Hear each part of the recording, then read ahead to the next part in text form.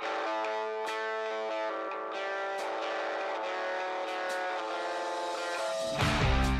tuned in to the TWU Local 513 podcast. The latest news, updates, and conversations that matter to our members.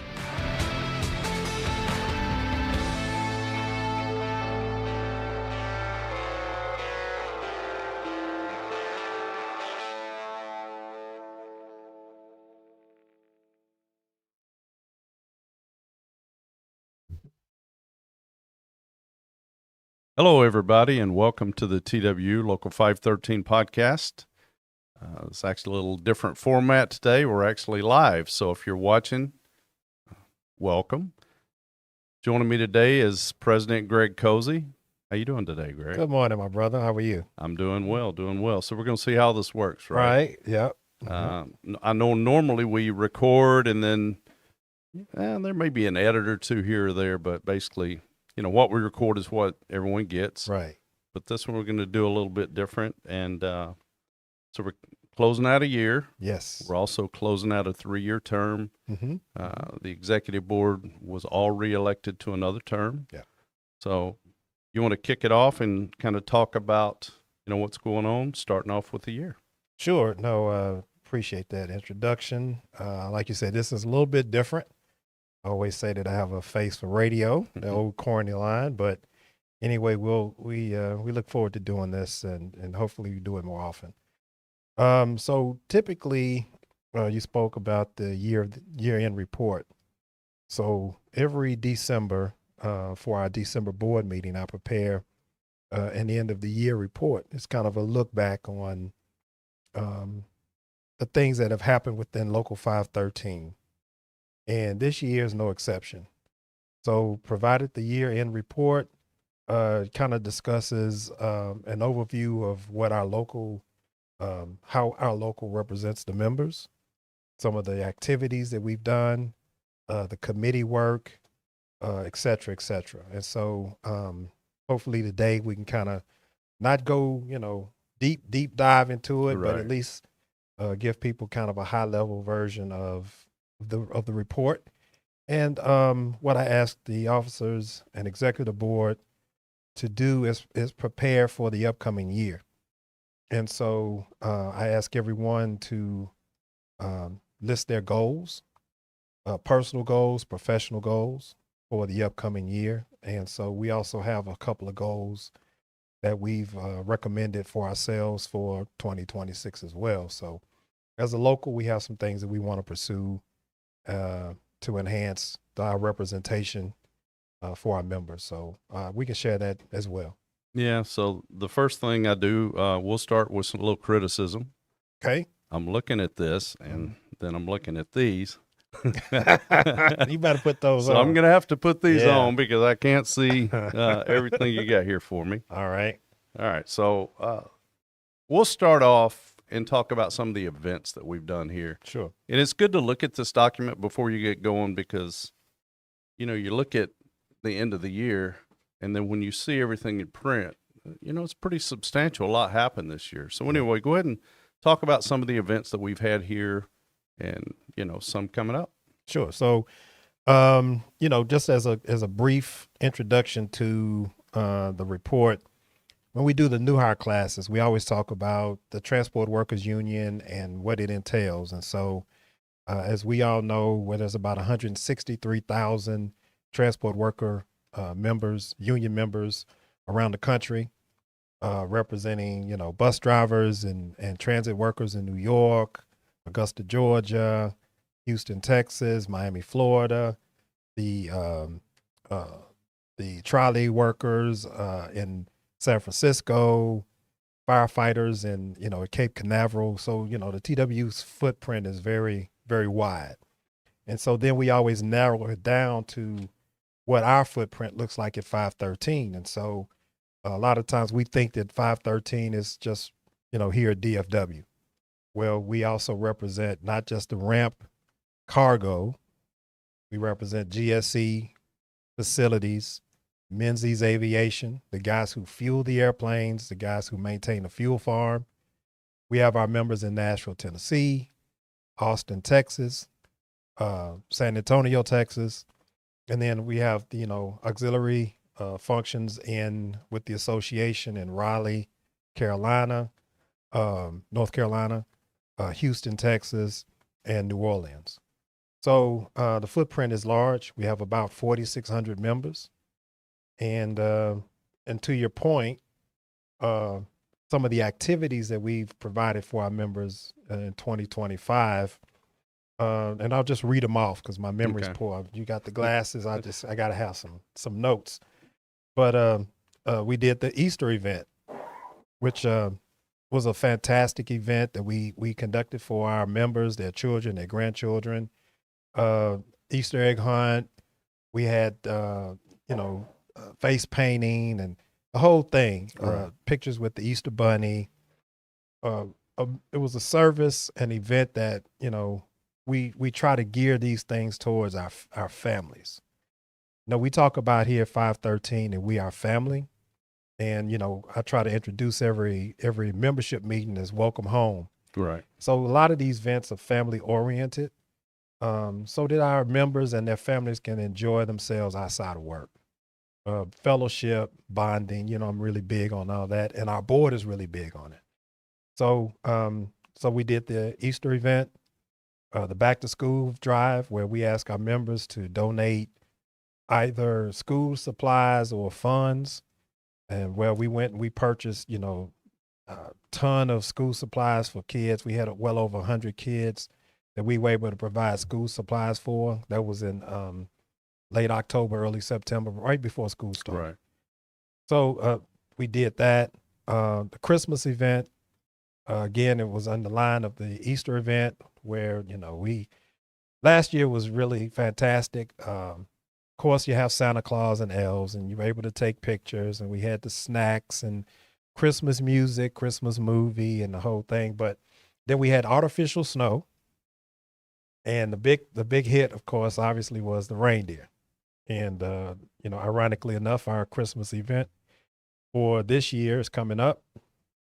It's a Saturday. I think today may be the last day that you can register, the 15th. Right.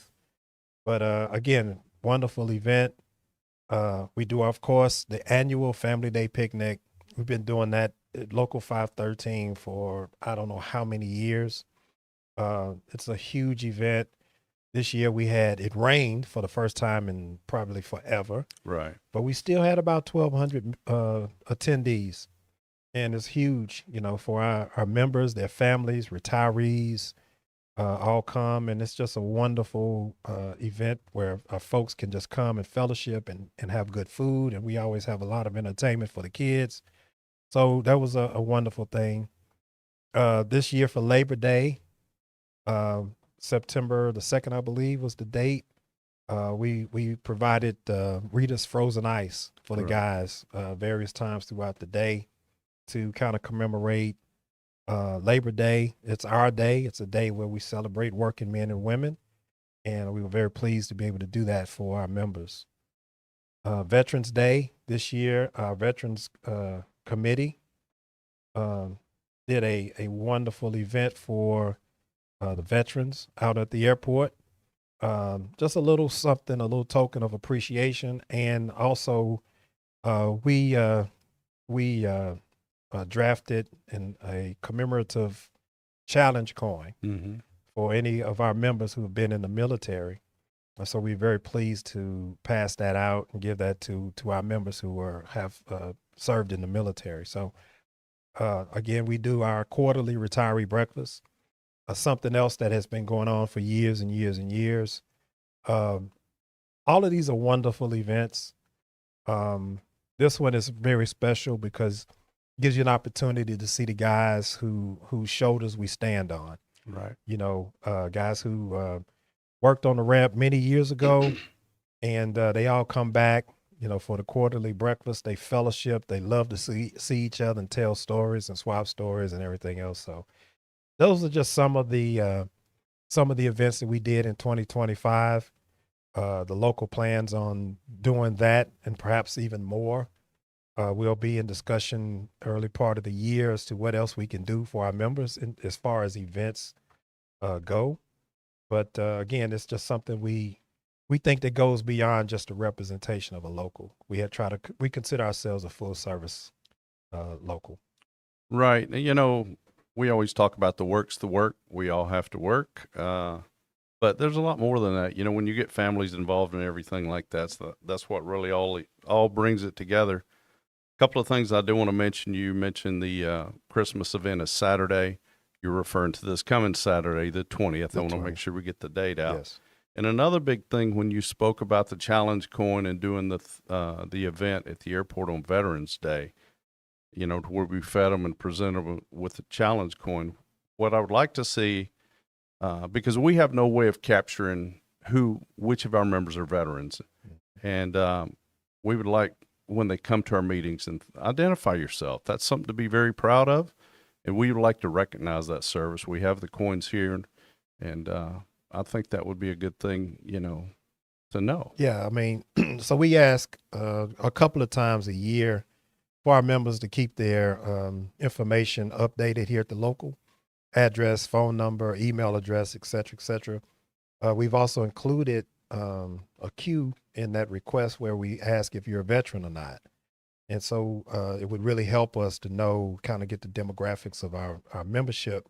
And that's one of the things that we would love to know is if you're a veteran, we'd love to be able to recognize you with the challenge coin. So if you are a veteran and you don't know whether or not we know it, just feel free, even if you just want to make a phone call and just let us know, just whichever way you want to send us an email, text message or whatever, just to let us know so that we can recognize you properly. Yeah, I wasn't aware of the change that we made to where they could notate that, but that is a good thing.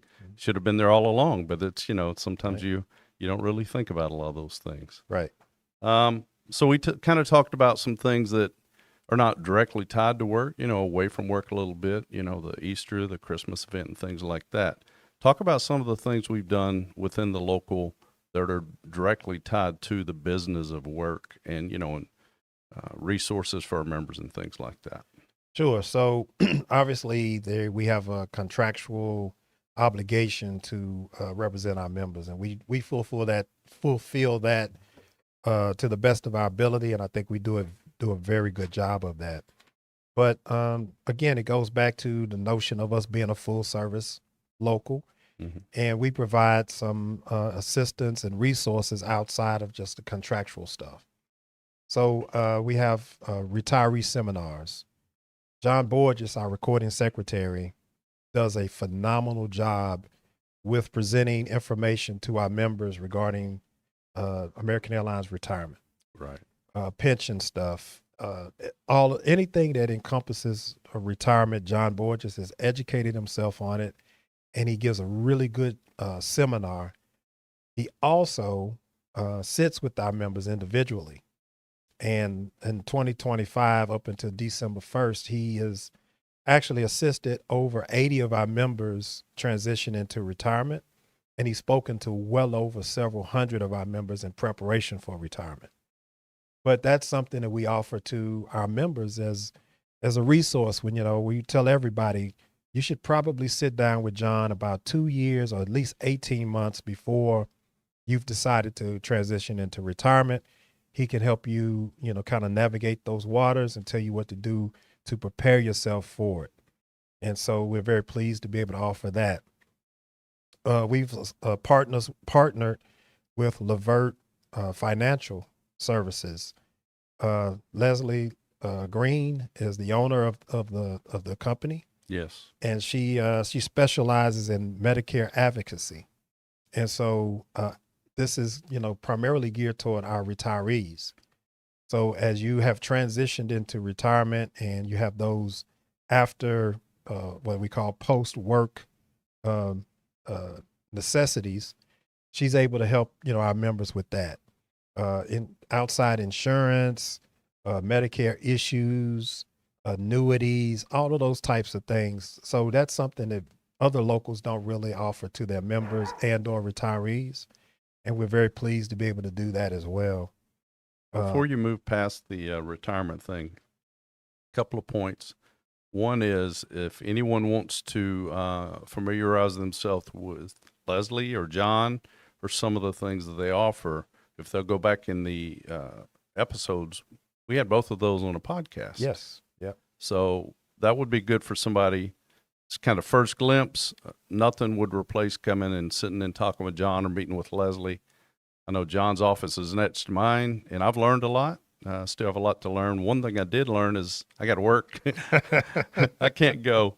But speaking of John as well, he does an excellent job. Yeah. And ironically, as we were walking in here today, he has a longtime member in his office talking about leaving. So. Yeah, John. I mean, he's constantly busy with folks, with our members who are looking to to move on to that next chapter of life. And so, anybody who's interested, any questions or concerns, they're more than welcome to call the local to set up an appointment with either John or Leslie to discuss that, whatever they need to discuss. Right. Well, I don't want to knock you off your game. Keep going, but I just want to kind of interject that before we get past. I don't know if I was ever on my game, but you're on your game, brother. So we also we have our benefits coordinators.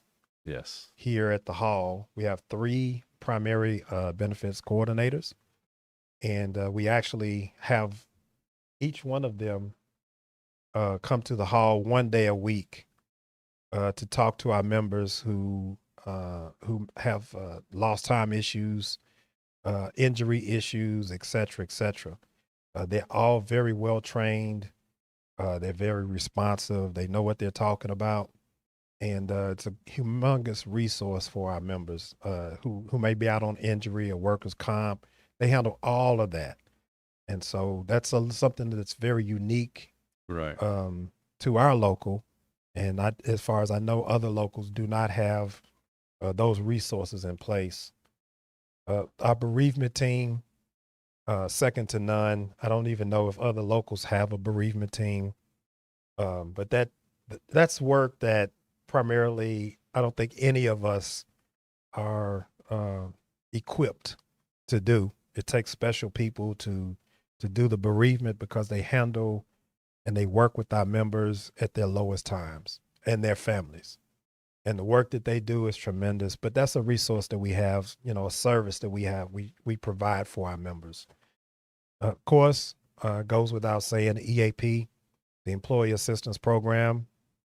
We're very blessed to have highly skilled, highly trained EAP coordinators and peers to assist our members. A lot of people think that EAP is just about drug and alcohol. It's not, especially this time of year. And I just put something out last week about it, about mental health, marital situations, gambling. They're able to assist our members when they go through these issues, these crises. And if they're not equipped to help them, then of course we have resources and relationships with professionals who are there to assist people. And so those are just some of the services. Obviously, we have a very active safety committee. We always talk about the notion that our members should go home in the same physical condition that they come to work. And I think it's crucial work that our safety committee does in order to try to facilitate that. So we're looking, and that's part of the goals for next year. Right. We're looking to add to the safety committee. We're adding more work and more responsibility onto them because, safety is paramount.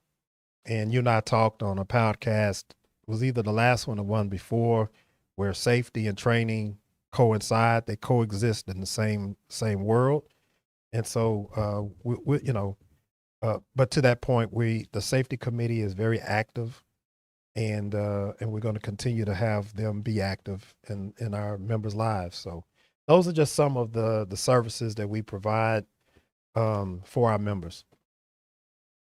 Yeah, and to your point, when you said we have very capable representatives helping with these committees, we really do. I know Mark is not just EAP for Local 513, but he's EAP for the system. Been doing a long time, very well respected, and again, bereavement. It just blows my mind that, the work, number one, the work they do, but the fact that they do it, it'd be a tough to be a bereavement coordinator. But. Yep. And Mark Scroggins, our EAP director, is also the employee assistance director for the association with Fleet. And he does a marvelous job, not just at 513, but throughout the system. And what you said about bereavement, our bereavement coordinator, Tony Amarine. I mean, you know, what can you say? Tony he's ingrained in the job. He has the right temperament. He has the right heart, the right personality. Tony has been on vacation. One time he was on vacation out of the country, and one of our members called and needed assistance, and he was able to help them through the process. He broke his vacation in order to help. And when I asked him about it, he said, "This is the work we do. You know, it's just that important." So it just goes to talk about the character of the people that we have working with us and who are spearheading these committees and these functions. Speaking of character, do you know Bobby Riggs, recently retired, and Todd Hughes? Oh, yeah. I have a hard time reading that, but I see that they said good morning to us. So good. We should definitely say good morning. Yeah, to good those morning, guys. How you guys doing? Yeah. So anyway, this live thing might not be that bad. Might not be too bad. Thanks for listening, guys, or watching rather. Yeah, people. If anybody has any questions, we'll definitely like to answer those. But anyway, moving past all that, talk about some other activities we've done. I'm following your script Absolutely, a little bit, but not a problem. So the first one is probably a little suspect, but so we have a bunch of standing committees here at 513. Standing committees are committees that kind of in the background. To your point, a lot of people don't know about these committees, but we do have a lot of committees. They do completely awesome work. And unfortunately, I'm not smart enough to promote them as strongly as they should be promoted, because the work that anybody does for this local should be heralded and talked about. So that's kind of one of my goals for 2026, and I will get to that in a minute. But some of the standing committees, we have the Political and Legislative Committee. These guys participate in the North Texas AFL-CIO. The Tarrant County CLC. They also participate in the state AFL-CIO. We've had our committee guys do grassroots campaigning for some labor-friendly candidates. One of the things that I'm and I don't want to get too off topic, but regarding the committee, one of the things that I'm most proud of from the international standpoint is that the TWU doesn't just endorse a Democratic candidate or a candidate from the Democratic Party anymore. Right. Years and years ago, a lot of our COPE dollars went towards just a Democratic candidate. And so under President Samuelson's direction, the COPE department has really changed its focus a bit. And we're now recognizing any candidate who recognizes working men and women. And it doesn't matter what the initial is after their name. Could be a D, could be an R or an I. It doesn't matter. If they champion working men and women and issues and concerns that involve people like us, then we will throw our support behind them. And so our committee locally is always tasked with finding candidates locally or within the state who we can support, who we can endorse, who endorse unionism and endorse working men and women. So they do a fantastic job of recognizing those candidates and getting involved in critical issues that involve, work us, regardless of whether it's at the airport or involves us in the community. I already spoke about our bereavement committee. We have a Future Leaders Organizing Committee, FLOC. It emanated from the international. And we created our own committee here. It's a diverse group, but primarily it's for our younger members to try to get them to be interested in unionism and what it's like to be part of a union, A, and then B, what it takes to run a local. You know, we talk about it all the time that these jobs are temporary. We have a 3-year window that's renewable every 3 years. It's called an election.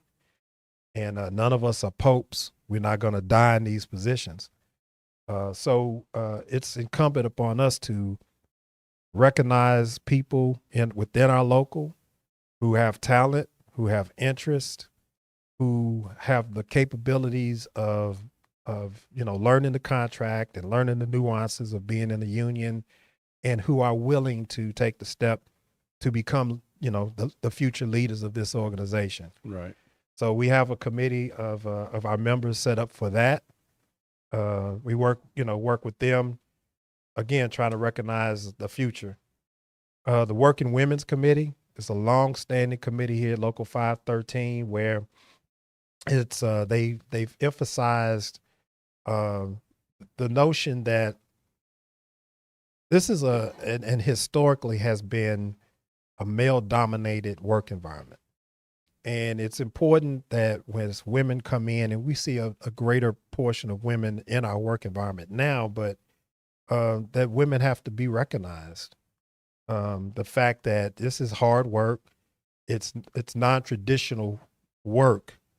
And so that committee helps women transition into this male-dominated work environment, and also to support them in obtaining leadership roles themselves. One of the I'm always very pleased to say that Shay Christakis, who's an executive board member here at 513, she was on the Working Women's Committee years ago, and participated in the international meetings and everything else, and now she sits on our board. Yes. And so just goes to show the importance of recognizing people and giving opportunities and everything else. So Veterans Committee, I've already spoken a bit about the Veterans Committee.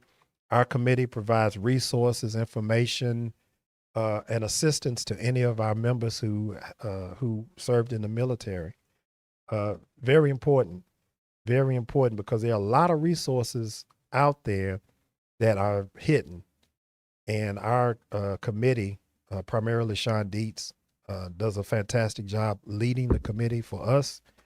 And he goes out and he finds out a bunch of resources and opportunities for our guys. And he, he's been very active on social media with them and everything. So our committee does a fantastic job of supporting our veteran members.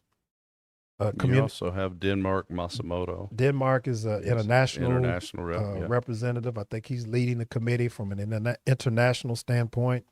Fantastic job.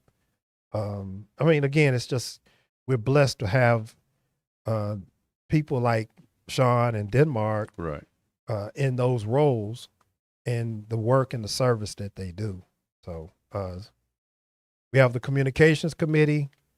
Will Corkle and Leo Alanese, they go around, they do Tell the Tales monthly. We ask them to present, a limited number of topics, because we don't want to, take away from somebody's workday, but issues that are crucial or are important at the moment. They discuss that. And then the most important thing is that they're able to get the feedback from our members. A lot of times, the majority of our members can't make it to a membership meeting. And for whatever reason, they don't feel that they can call or text or whatever. And so they feel like they don't have a voice. And so the Tell to Tell, the Communications Department Committee, provides our members, what I call our passive members, a voice. Yeah. And it's wonderful, man, because they come back with the feedback of the guys and saying, hey, these are the things that we're concerned about. And then we can address them that way. So the Communications Committee does a great job. The Civil and Human Rights Committee, it's a relatively new committee to our local. Part of it is that we do a lot of things with the international regarding civil and human rights. But anything locally regarding being able to, and I'll give you an issue, in order to obtain your CITA badge. Some people have some very unique issues that would preclude them from obtaining a CITA badge.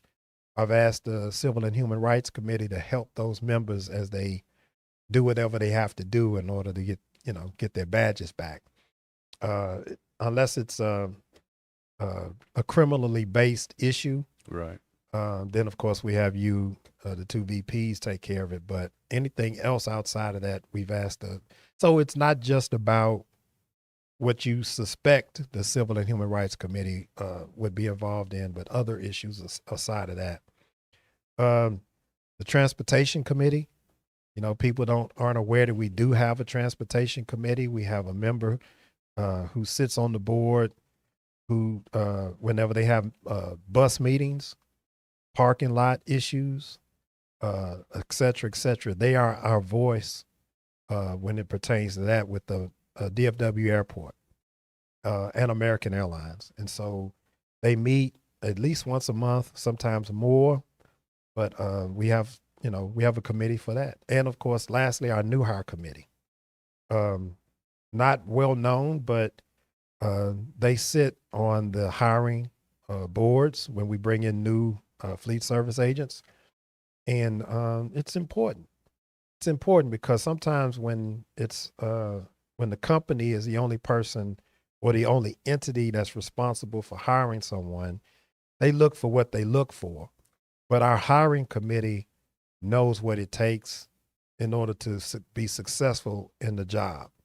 And so while they stick to the script, you can still get a better sense of whether or not the folks that we're hiring will be a good fit for the work. So, those are the active committees that we have, the standing committees that we have. As president and the board, we can obviously sit down and decide if we need to expand our committees, whether we need to add committees, subtract committees, or expand the scope of the work that they do. And so part of the board meeting that we'll have tomorrow, and again, the continuation of board meeting for January, will be a discussion of that as to, whether or not we have the right cadence and the right texture. So I screwed up. Okay. I got ahead of myself and I turned my page too quick. And earlier I spoke about other activities, right? And you went into committees, right? And I had made the comment, the first one's a little suspect. So let me back up and be very clear. Right. I'm not saying that our political committee is very suspect. So wait a minute, you didn't screw up, I did. Well, I don't know, maybe one of us did, but I have to clear that. All right. So anyway, I'll let you segue into that, but I want to make another notable comment here. You mentioned Shay Christakis is now a board member of this local, and she actually, I believe she formed the local 513 Working Women's Committee many years ago. She was also a chairman in one of our outstations down in Houston, a chairman here. Now she's a board member, but her unique distinction is next year we turn 80 years. We're old, right? You and I are close to that, but we're not quite there. But the local turns 80 years next year, and Shay, heading into her third term, is the first and only female to ever serve on our executive board. Yeah. And she is absolute proof that women can do this work, the work that we do, as well as a man. Oh, absolutely, yeah, there's no question. And I want to double back on one more thing. You were talking about the FLOC, Future Leaders Committee. Granted, is for generally more younger, but not necessarily. It doesn't have an age tied to it. No. But we're hiring a lot of people. And I know you'll get into the new hire classes and things like that. But we heavily encourage new people to get involved. And through that FLOC committee, we've taken some of our younger members to some very important meetings, and they get to sit, a day in the life. Yeah.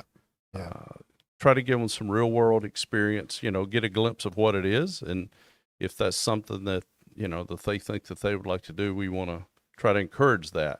So in other words, it's not about us having a position and, everything is hands off.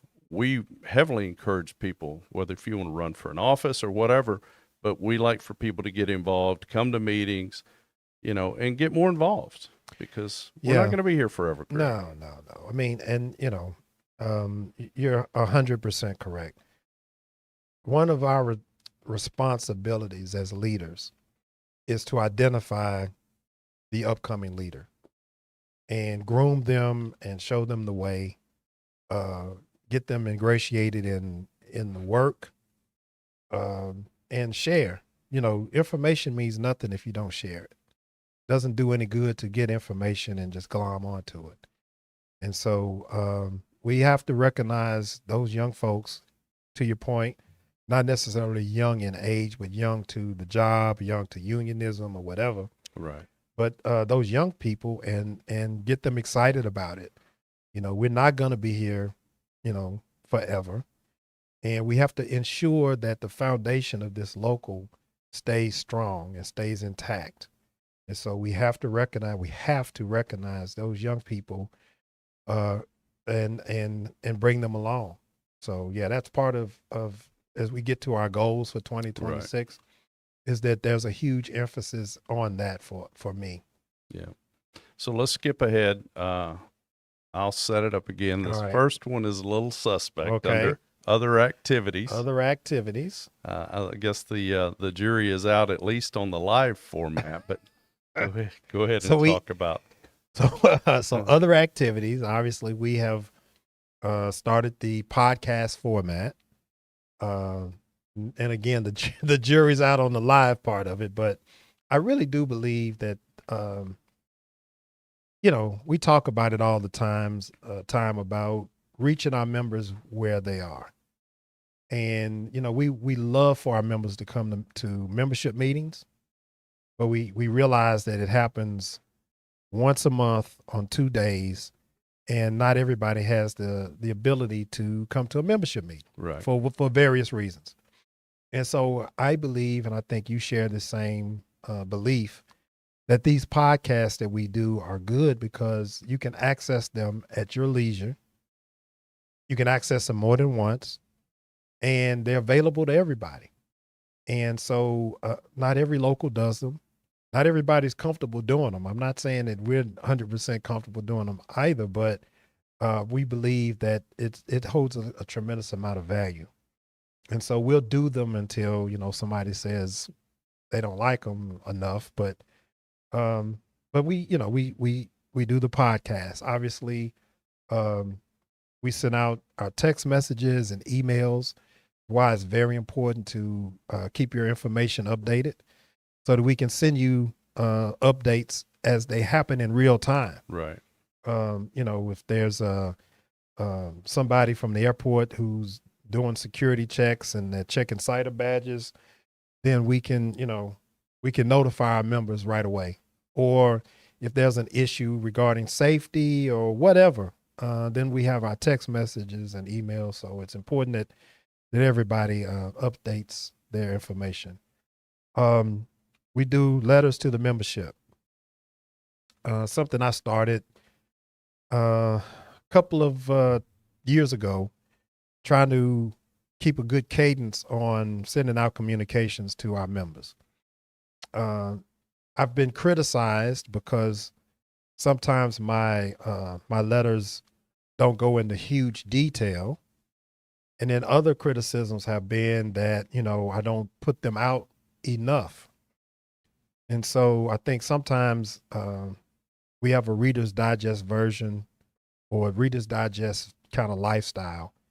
And certainly as social media has kind of taken over, where the long form story or the long form letter just sort of gets lost. Right. And so I try to keep details. I try to stay on point, give the data, and get in and get out.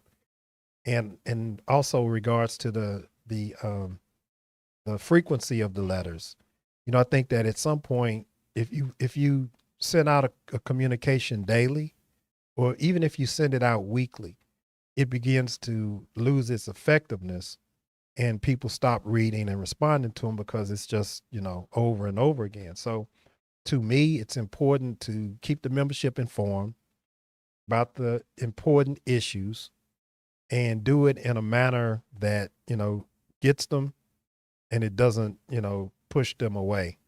And so we do the letters to the membership. Facebook, obviously, social media is the way to fully engage our members in this day and time, because everybody has one of these and everybody's always on it. And so we're doing a better job of getting our Facebook pages updated and putting out information on Facebook. And we're going to be looking at other avenues of social media, i.e. podcasts, perhaps Instagram postings, et cetera, et cetera. But we have to stay in tune and stay aligned with our membership. And if that's what it takes in order to do so, then that's what we'll do. Yeah. Facebook's probably, a lot of people have migrated away from Facebook. Right. We're a little bit the older generation, but to your point, maybe Instagram or something else Sure. we need to look at. I think that would be a good thing. Mm-hmm. So you got here too, you can kind of breeze through them a little bit, cover what you want, some of the meetings that we do and things like that. Yeah. So, obviously, the day-to-day operation of the officers and executive board, whether it be here in this office or even on the outstations, it includes a gang of meetings. Too many meetings. And, I tell anybody, if any meeting goes to 46 minutes, you're a minute too long. 45 minutes is about the max of my attention span. But the reality is we have a lot of meetings, and some of the meetings include, we do a conference call every Monday. It's for the officers and executive board members, for station chairman, for the chairman of each area. It's about 19 of us on the call, and it's to provide an update to each other as to what's going on in our individual worlds. Gives us an opportunity to connect and inform each other. So we do our weekly call. We have a monthly monthly leadership meeting with Menzies Aviation, not just the Into Plane group, but also the Fuel Farm group. Correct. We have a monthly leadership meeting with the GSE and facility management team. We have the bi-monthly grievance review board meetings, the M&R grievance review board, also with Fleet. We have a bi-weekly meeting with the ramp leadership. I have a quarterly meeting with the senior vice president of DFW. I just met with him last week. I have a bi-weekly meeting with the VP of DFW Airport, the ramp. Obviously, we have our monthly shop steward meetings. We do shop steward conference calls as needed. Another thing that is on my agenda, personal agenda for 2026, is to have more of those to keep our shop stewards engaged. But we try to do that also through our monthly training sessions with the shop stewards. So those are just a few of the meetings that we do, and it's just ongoing. Of course, obviously, you and Brian Oyer have almost daily discussions with the ramp operations team, with American Airlines Labor, HR. I mean, it's just the conversations are ongoing daily. So, yeah, and when you say daily, that encompasses evenings and sometimes at night, weekends, and everything else. So, yeah. So we were kind of in contact with American's attorney at the end of last week about an issue that we're dealing with as well. Okay, so grievance report. I know this area too well, but I'll let you kind of articulate some of the points on the grievances. So yeah, with us being 513 being the largest fleet local, obviously we handle more grievances than anybody else in the American Airlines system. Local 513 in 2025 handled over 1,000 grievances. So to put that in perspective, all of the other TWU locals combined, Miami, which is 568, Chicago 512, Boston 507, DCA / Orlando 510, 502 LA, 501 New York stations, 505. I don't want to leave anybody else. 505. You're going to miss a couple, but San Francisco. how about going with all the TWU? All of the, and I'm only missing one, so let me call them out. 529 in St. Louis. Did you get 512 in Chicago? I did get. I could not forget one. Okay. We handle more grievances than all of the other fleet locals combined, and we handled well over 1,000 this year. We have a tremendous success rate, whether it be in getting them settled or negotiating through the process. We've had a lot of our members who's filed grievances. I think there was probably somewhere around 120, 25 termination cases. And you and Brian Oy have been very successful in either through negotiation and settlement with local management or through the GRB, the grievance review process, have gotten a lot of our members back to work. And so, excuse me, that's a testament to the work that you guys do and the fact that you guys are very successful in presenting the cases and getting our guys back to work. But as far as the total monies due to settlements, as of December the 1st, we're somewhere around $72,000.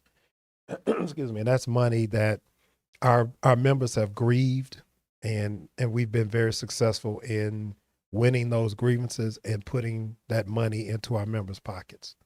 Yeah, the monetary amount actually exceeds that, and I'll say it like this. So there's a lot of times that maybe Greg Cozy gets bypassed out in the operation, and Jeff Case, Jeff Scott, Shea Christakis, or, our Title II guys over in facilities GSC, and they'll go to the manager, and that'll get paid, right? Right.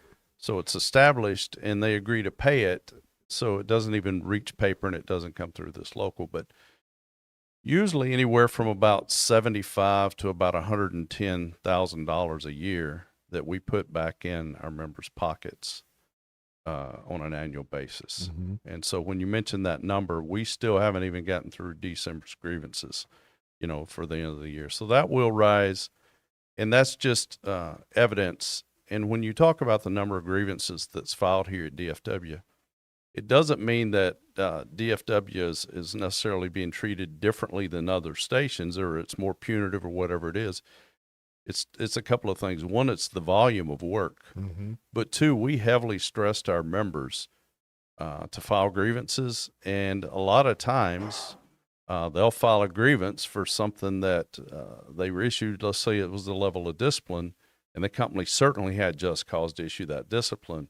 We have them file the grievance anyway, because there may be mitigating circumstances that come through either the 32J investigation, or simply put, there's been many times to where the company would put the wrong name on the letter of discipline or have the wrong date, things like that. And I'm not always saying that just because there's a typo in a letter that's a level of discipline, that's something that we can get settled. But if you're going to discipline somebody, you need to have it needs to be an accurate document. Right. So we encourage all our members, again, even if it's just cause, they need to file grievances and things like that. So, again, I just didn't want it to come off as a knock against the other locals, because they do a great job as well, filing grievances and getting things settled too. So, Sure.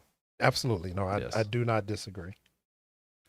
Okay, so where are we at next? Looks like talking about the Treasury. Yes. I mean, are we okay? I mean, we're going to be able to keep the lights on next month? We are going to be able to keep the lights on for a pretty good while.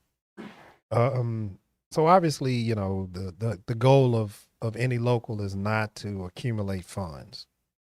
Those funds are to be used to um, file grievances, to arbitrate grievances if necessary, to provide member services, T-shirts. You know, in the past we've done backpacks, et cetera, et cetera. So Right. you have to have money to sustain those things. I will tell you that our treasurer, Daryl Kaiser, has done a magnificent job in making sure that the finances of this local are well taken care of. And that is his primary responsibility. And he's done a magnificent job of that. The beginning of the year, we started the year with $2,200,000 something in the bank. And at this time, although we'll get the final number tomorrow, we're still at $2.2 million. But what's extraordinary about that is that over the course of this year, we've had to have some major expenditures for our facility. Yes, And some of those included the renovation of our boardroom, a new air conditioner for the hall area. I think some of our members will remember that we had a membership meeting where we were using portable units. That was because the air conditioner went out. So, you know, the building has some age to it, and you have to put a few dollars in it to maintain. And we've done just that. So we had to buy, you know, new air conditioner, some new roofing for sections of the building. We had some leaks that needed to be taken care of. We had the parking lot restriped. Several years ago, we had the surface of the parking lot redone, and it included striping. And just like, you know, use and weather and everything else needed to be restriped, so we just had that done. And then we did ceiling tiles for the inside of the office, not just for aesthetic reasons, but for very practical reasons for heating and cooling efficiencies, and also for soundproofing.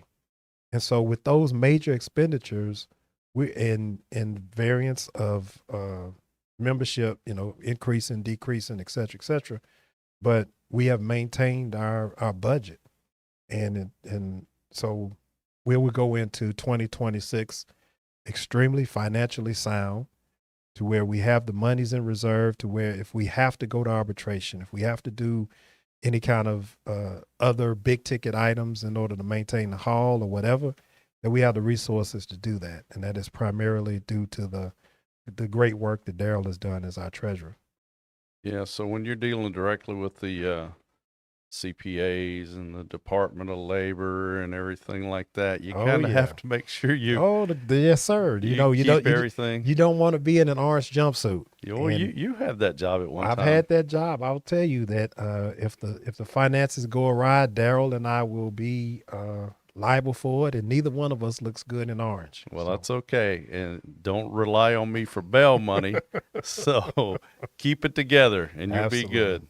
He does a magnificent job of that. All right, Greg. We've been talking a while. Let's kind of close this out. What are you looking forward to? You know, you kind of encompassed what we've done the last year and kind of some of the daily work we do. Mm-hmm. Give us a projection for 2026. Okay, so in my humble opinion, 2026 is going to be a very interesting year for the aviation industry. I think that Delta and United have got the secret sauce right now, and they are leading the industry. I think that American Airlines has got to figure out its way. They've got to figure its path out. And anything and everything that they do obviously affects our members. American Airlines' path and future affects our members at Menzies Aviation, because if we don't have the flights and the structure for them to fuel the airplanes, then obviously, you know, it affects them. So I think that 513 has to be very cognizant of what's going on in the industry. We have to keep our finger on the pulse of what's happening at American.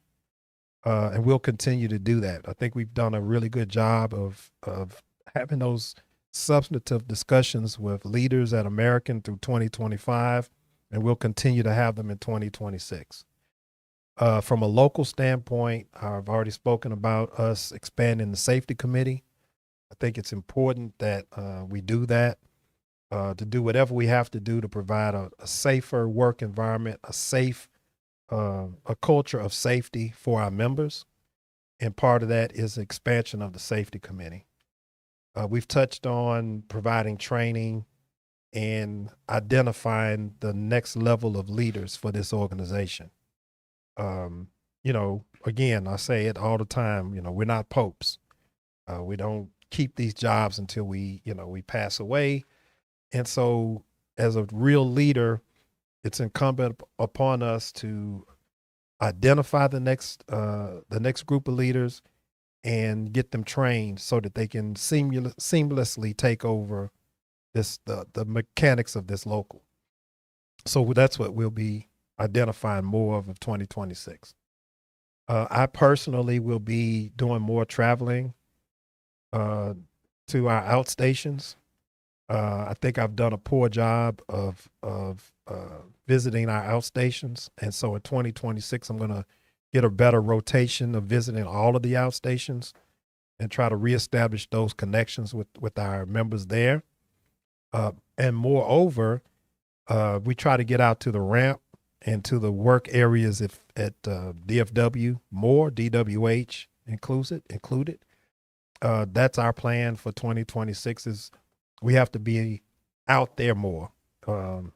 It's one of the biggest criticisms that we always get from our members is, oh, you guys are never out here. And the reality of it is we can't do our functions here and be out there 4 days a week. It's not realistic to do so. But can we do a better job of being more involved in the operation, whether it be GSC facilities, ramp, cargo, PP, whatever the area is? Right. Yeah, we can be, and we will be in 2026. I hope to place a greater emphasis on our committees. We want to get them more active, more involved, and lastly, we have to prepare. We have to prepare for several things. We have to prepare for contract negotiations with Menzies Aviation. We signed some agreements with them, and the date of end of the contract is coming near. We signed the contract extension with American last year, and we have to prepare ourselves for whatever negotiations looks like in 2027. And I do not believe that you start 2 or 3 weeks before that date. You actually need to have a runway to it. Right. And so we will prepare ourselves at this local for those negotiations starting next year as well. So again, that's what we're looking at. The goals for 2026 are varied, but are clear. And, I think that the board supports those goals and will do all that we can in order to get them accomplished in the upcoming year. As we close, as always, we're doing this podcast before the holidays. And we talked a little bit about it on our last podcast, but I also want to emphasize it today that, a lot of times during the holidays, some of our members don't see it as a joyous period of time. And it brings a bit of sadness because of loss of family or whatever. And so I just want to remind everybody as we go through this holiday season, whatever holiday you celebrate, enjoy yourself, do it safely, but look out for your fellow union brother or sister. If they need a little bit of attention, if they need a little bit of help, then please offer it to them. Let's be kind. I think part of what's missing in our world today is kindness. It costs absolutely nothing to be kind. And we should be especially kind to each other in a place where we spend more time with each other than we do with our own families. And so, I just want to wish everybody a good, safe holiday season. and stay warm. It's cold. It's starting to get cold. I had that thin blood. But I just wish the best for everybody. I wish the best for everybody. Yeah, so do I. Yeah, I mean, you said it the best. It doesn't take much to be kind, and you get wrapped up in the world, and what's going on in the world, and it's easy sometimes to have a sharp tongue, but especially during this time of the year, just be kind. I mean, I couldn't say it any better. It is going to be a very busy year. We already know that. You've already mentioned negotiations and things like that. There's going to be a couple of celebrations this coming year. One with American Airlines will turn 100 years old. And this local is going to turn 80 years old. We've been representing at American Airlines virtually its whole existence. Mm-hmm. And so without the Transport Workers Union, there is no American Airlines as we know it. So that's something to be proud of. And I know that as summer approaches, we will be trying to do some special things for our members there. But again, let's get through the holidays, and we want everybody safe, which is why we've enhanced the safety committees and things like that. We're here to take care of people and to make sure that their journey, from the day they hire to the day they retire is safe and healthy and happy. And, we're also open to suggestions, ideas, criticisms. So this is a plea to the membership. If there's something that we can do better, let us know. We don't go around doing what we do for pats on the back, so we're always open for that. We want to hear that. But we do want our members to get more engaged. Come see us. If you've never been to the Union Hall, we're about 6 to 7 minutes from the airport out the north end. 759 North Kimball Avenue. Come see us. Join the Facebook page or follow it, however that goes. Make sure you got your phone number, you're registered on the website so we can keep in touch. We provide a lot of benefits for our members, and we want our members to be safe and happy and healthy. And we probably won't talk to you formally like this again before the end of the year. So I personally want to wish everybody, as you did, a safe and happy holiday season and looking forward to the new year. And anything else, Greg? Could not have said it better myself, brother. All right. Well, everybody be safe again, and we'll see you soon on another podcast. Have a great day.